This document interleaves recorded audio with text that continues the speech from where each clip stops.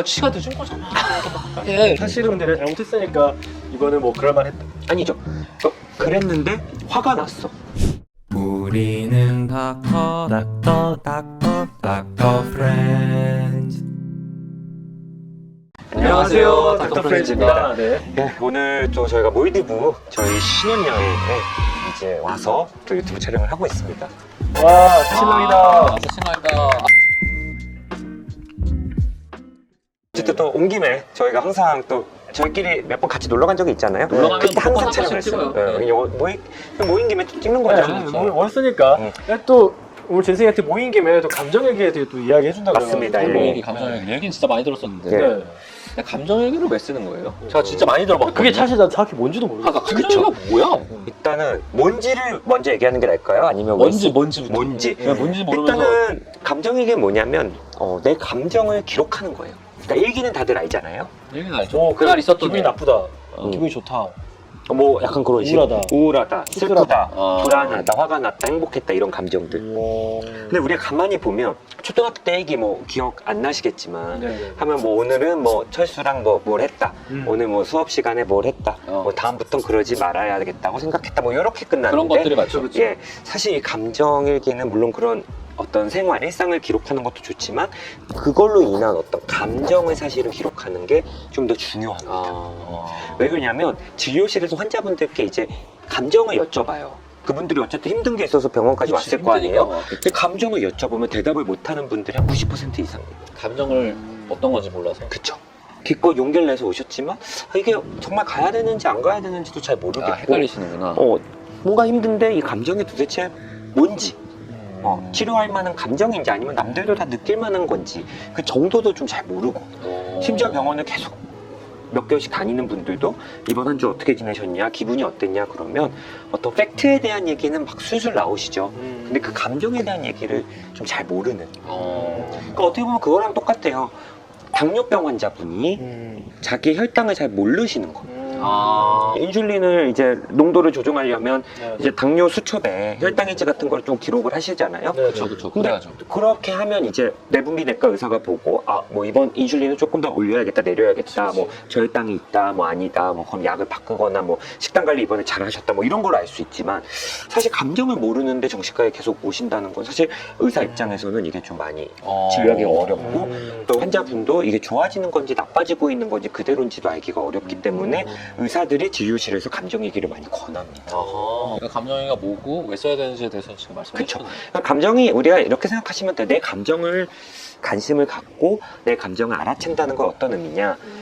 나를 좀 사랑하고 나를 존중하고 내 자존감을 높이는 길이라고 저는 생각하거든요. 생각해보면은 그러니까 여기 와서도 그냥 오늘 뭐 했지? 응. 이런 거를 여러 가지 생각하지만 오늘 내 감정이 어땠지? 라는 거를 이렇게 깊이 생각하지는 않는 것 그쵸. 같아. 왜냐면 두 분 다 아이가 있잖아요. 저는 이제 같이 여행 와서 보면 이제 우리 애가 뭔가 불안한 건지 무서운 건지 어디 불편한 건 없는지 기분이 좋은지 뭐 어디가 아픈지 우울한지 슬픈지 짜증나는지 이런 걸 저는 부모 입장이라면 관심을 갖고 보잖아요. 아이를 사랑하니까. 아이한테는 그렇죠.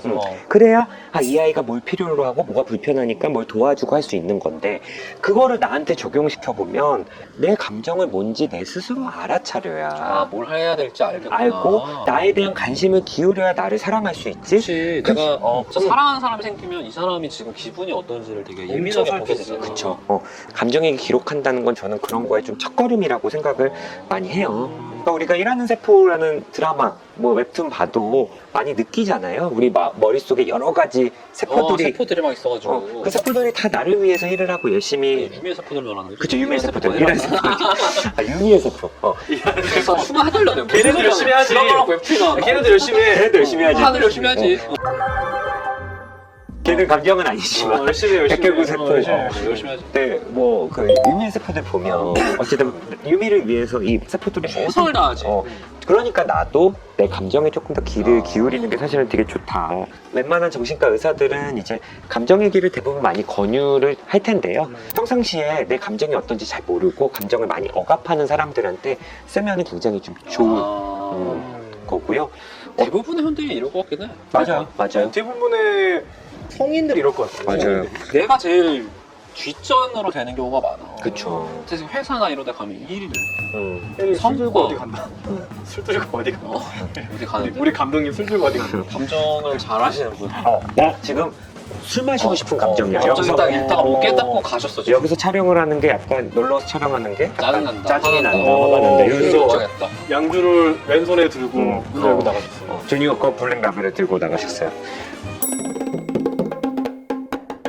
그럼 감정을 어떻게 쓰면 돼요? 이렇게 뭐 하고 싶은 거 하면 되는 거예요? 일단 중요한 건 뭐 예를 한번 들어볼게요. 오늘 회사에 내가 늦었더니 부장님이 나를 혼냈다. 이거는 이제 팩트죠. 팩트 사건이에요. 그런 이벤트를 쓰고 그 다음에 감정. 그 이벤트에 그래서 그랬더니 화가 뭐 혼났더니 뭐 화가 났다. 아니 수치스러웠다. 불안해졌다. 불안해졌다. 무서웠다. 거기까지는 이제 이벤트와 감정이죠, 사실은. 그쵸? 예. 근데 거기에 이제 중요한 건 사건이 있고 감정이 있어요. 근데 그 가운데 생각까지 쓰면 좋아요. 어떤 사실은 근데 내가 잘못했으니까 이거는 뭐 그럴만했다. 아니죠. 그랬는데 화가 났어. 그럼 왜 화가 났을까? 내가 내 감정에 대해서 회사에 10분 늦었는데 부장님이 혼을 냈더니 화가 났어. 왜 화가 났을까? 우차문은 왜 화가 났을까요? 우차문은 그런 경우가 많을 것 같은데. 이 정도 늦은 게 내 업무에 지장이 없을 것 어저께도 같은데. 11시에 원래 만나서 타기로 했었거든요. 안 오더라고요. 저랑 이제 하율이랑 기다리고 있는데 하율이가 엄청 짜증을 내더라고. 그냥 둘이 타자. 지가 늦은 거잖아. 그래서 막 해. 그래서 내가 야 그래도 좀 기다려야지. 왜 늦는데? 원래 좀 늦어. 뭐라고 했을 때 기분이 어땠어요? 뭐 했나? 뭐라고 했지. 내가 너한테 전화해서 야 그랬잖아. 오늘 타기로 했거든요. 오늘은 탔어요. 오늘 탔어요. 그래서 막 해. 어쨌든 여러 가지 이유가 있어요. 상황에 따라 그리고 사람에 따라 여러 가지가 있을 수 있는데 예를 들어 그 생각을 써봤어요. 지각을 했더니 화가 났어. 그 생각을 썼더니 왠지 저 부장님은 나를 미워하고 싫어하는 것 같아. 그런 그러고 식으로. 부장님한테 혼을 나고 생각해보니까 그냥 이 세상에 내 주변의 모든 사람들은 나를 싫어하는 것 같아. 그러니까 화가 나. 아니면 나는 진짜 열심히 하다가 한 번 한 건데 그거 가지고 이렇게 했어. 나 좀 억울해. 그랬을 수도 있어. 억울하니까 화가 억울한 날 거 수도 있고. 지나가지. 그리고 혹은 내가 이제 뭐 재계약 시즌인데 좀 많이 불안해서 화가 날 수도 있고. 그럴 수도 있겠다. 아니면 요즘 들어 내 모든 일들이 잘 안 풀리고 내가 뭔가 열심히 안 사는 것 같은 느낌이 들고 자책을 하고 있던 중에 부장님 나한테 화가 났을 수도 있고. 화가 났다는 감정 자체도 굉장히 다양하구나. 다양하지. 그러니까 화를 일어나게 하는 생각, 그 가운데 생각은 굉장히 다양할 수 있는 거예요. 부장님이 나를 혼냈다, 화났다 이렇게 단순한 게 아니라 그 가운데 어떤 알고리즘, 이 화가 날 때까지 만든 알고리즘은 굉장히 다양할 수 있고 그렇게 보면 이거를 글을 써고 정리해 보면 이 생각은 조금 내가 과한 것 같은 데를 알 수가 있어. 예를 들어 부장님이 화를 내니까 그래 이 세상에 날 좋아하는 사람은 없어. 모든 사람이 날 미워하고 싫어해. 근데 그게 그냥 머릿속에서 지나가면은 그냥 지나가는 거지. 화가 나면 써놓고 보면 야 내가 근데 10분 늦어서 지각한 거 가지고 모든 사람이 나를 싫어하고 이랬다는 거는 조금 과한 게 아닐까? 생각이 좀 과할 수도 있다. 내가 조금 컨트롤이 될 수 있는 거. 그래서 가장 기본은 어떤 이벤트와 그리고 감정, 그거를 바라보는 어떤 생각. 이게 이제 감정일기의 구성이고요. 생각이 엄청 중요하다. 여기서 조금 더 나아가는 게 있어요. 어떤 게 있죠? 그 다음으로는 이걸로 인한 어떤 행동과 결과를 쓰면 한 단계 더 멋진 감정일기가 돼요. 회사에서 부장님한테 혼나가지고 왜 이렇게 나는 지금 되는 일이 없지? 난 진짜 나는 구제불능이다 하고 화가 났어. 근데 그걸로 인한 행동이 집에 가서 폭식을 했어. 아니면 술을 마셨어. 아니면 엄마가 뭐 잘 갔다 왔니 했는데 엄마한테 짜증을 냈어. 그러니까 이 행동이 사실은 전혀 상관이 없는 상황으로 이게 화풀이가 될 수도 있고 그러네. 그냥 거기서 끝낼 거를 어떻게 보면 나한테 더 해가 되는 행동들로 갈 수도 있고 아까 얘기했지만 재계약이 안 될까 봐 불안했댔잖아요. 그래서 오히려 그 불안감 때문에 일에 집중을 못해서 더 많이 사고를 치고 혼난 거야. 그러니까 정작 나는 10분 늦어서 부장님한테 그냥 싫은 소리 한번 들을 뿐인데 그걸로 인한 어떤 결과는 더 파국적인 결과들로 있을 수 있는 거죠. 그러니까 어떤 이벤트와 감정, 그 감정을 유발한 어떤 생각, 그리고 그 생각으로 인한 어떤 감정으로 인한 어떤 결과들 이런 것들을 보면 어떻게 보면 내 생활을 좀 넓은 시각으로 조금 더 바라볼 수가 있어요, 사실은. 네, 그 생각이 일으키는 파장들을 다 파악할 수가 있겠구나. 그쵸. 그렇구나. 어. 이건 진짜 의미가 있는데? 이렇게까지 있죠. 보니까? 있죠. 근데 굉장히 어려워요. 어려울 것 어렵고 같아. 이걸 뭐 쓴다고 해서 내가 바로 고쳐지는 건 아니지만 내 감정의 어떤 흐름들을 좀 볼 수가 있어요.